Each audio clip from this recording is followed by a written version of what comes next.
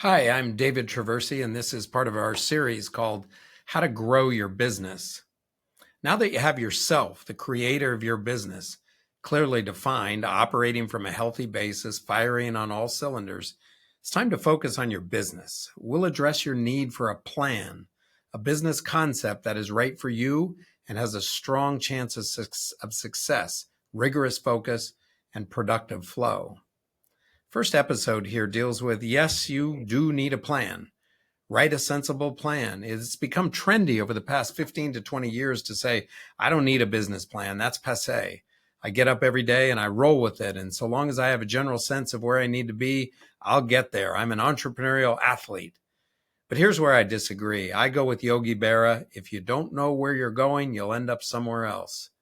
The key is to write a sensible business plan. The business plans of old are simply nonsensical in today's world. 100 pages of fine print detailing a course of action based on a set of assumptions that are outdated as soon as the file is created. Today, a sensible plan is one that sets out your assumptions supporting the business case, outlines a business model, details your objectives and desired timing for achieving them, describes the team that will be executing the plan, assigns accountabilities for executing the plan, and provides financial projections for a base case scenario and perhaps some alternative scenarios. It might be 10 pages, it might be 40 pages. The length is really unimportant, provided it is sensible when it's made. The reality is that circumstances change and virtually every plan becomes outdated almost immediately. Hence, the next point. Make the plan a living, breathing, organic plan. In today's high-velocity, highly complex world, I like revisions to plans as often as necessary. If it's a sensible plan, as opposed to a gazillion-page complicated plan, it should be relatively easy and quick to revise when circumstances change. The key is to get the senior leadership team to buy into the initial plan and set a cadence for revising it on a regular basis. I analogize the situation to that faced by an ocean-based sailing team in their naturally chaotic race environment. They must adjust constantly in real time to changing currents, winds, variations in the performance levels of team members, equipment problems, among other factors. Understand your audiences. The plan should serve your purposes. They will vary from situation to situation, but generally your team needs you to have a plan. Your investors need you to have a plan. Your strategic partners need you to have a plan. Perhaps your clients or customers need you to have a plan.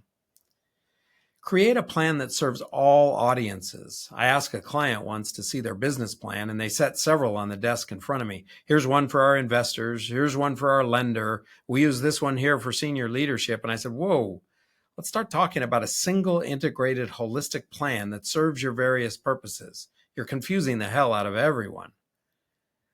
Be prepared to pivot. Sometimes you'll make a mistake in starting or trying to grow your business. Sometimes the market changes against you. A tailwind becomes a headwind.